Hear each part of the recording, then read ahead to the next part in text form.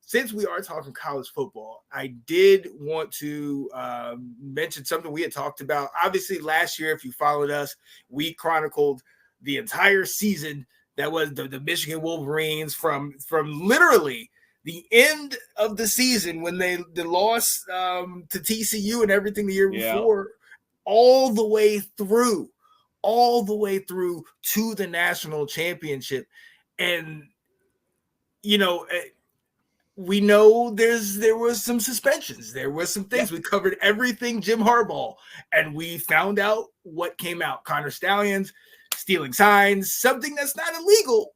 Everybody does it, but the lengths that he went to are a little bit much, to say the least. Obviously, the Stallions, there was a Netflix special that is out right now. I haven't checked it out. I'm going to check it out tonight. Alex, you have checked it out. Yep. You were right there every week. You hanging on every story. We talked about it. What are your thoughts on the documentary? Do you think it was good, or? I think it was. They did a great job. I think it was. Stallions did a great job of showing all the legal aspects of what he did. Yeah. Didn't go into the illegal side, which if you're saying there's nothing wrong, you're wrong. Right. He played in the gray area on every single rule.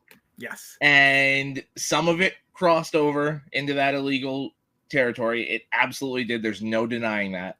Mm-hmm. We were talking in the group chat earlier, me and EK there. The only thing that's left to find out now is the same questions we had before. Who knew? Right. And to what extent did they know? Who funded it? Who okayed it? Who, that obviously still needs to be found out. I don't think we're going to find it out for a long, long time. No. Essentially, once the NCAA, statute of limitations are up, then it might be like, oh, so-and-so knew, so-and-so did this. Exactly. But Connor Stallions is a brilliant mind, a brilliant individual. What he did with that whole scheme was insane. Yeah. And he kind of touches on the manifesto a little bit and shows you a little bit of what went into it, and just the stuff he was doing, the mind he had for it is wild. Yeah. But he played a little too close to, he flew too close to the sun and got burned a little bit on some. So,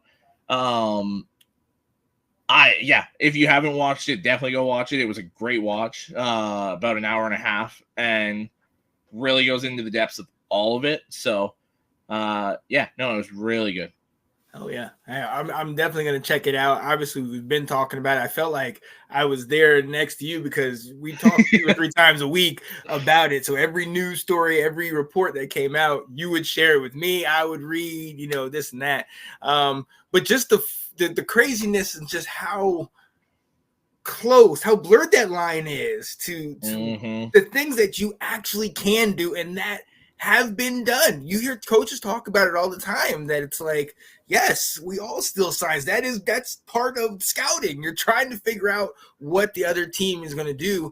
And it's weird because in some ways it kind of made it out like it's more on the team that's making the signs, that if you're not switching your stuff up and you're not being fresh and new, if your stuff gets stolen, that's kind of on you, man.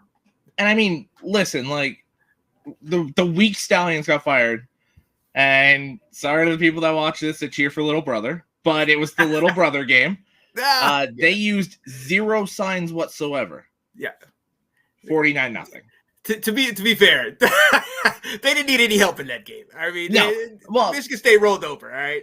And but that's the thing is, and I said this time after time last year too, knowing the signs only gets you so far, because when he was reading the signs, it was, oh, run right, run left, pass. It wasn't like, oh, it's the counter to the 7 hole and the tackle and guard are coming over to take this guy and this guy. It was run left, run right, pass. Yep. They're signaling right before the play, and then you've got to get that call into the defense real quick. So yes, they know what type of play is coming. The players on the field still going to make the play. So there's definitely an advantage. An advantage was taken. There was stuff taken advantage of. Absolutely. I'm not denying that. But at the end of the day, the team still won the game. And that's and I think that's the big thing. Like you guys won all the games, even without when they had to take they suspended Harbaugh, when they suspended Jerome Moore, whatever. That team was by far the best team in the land last year. Like they did it week in and week out with whoever was at the helm. They were band together, and you're not going to take that stuff away from them. So to your point, anybody that knows anything is going to take that stuff to the grave. And let's just keep everything as is, all right? and move on. But we know it wasn't little brother. We know it was a certain nut that might have come out and squealed. We know the rivalries run deep.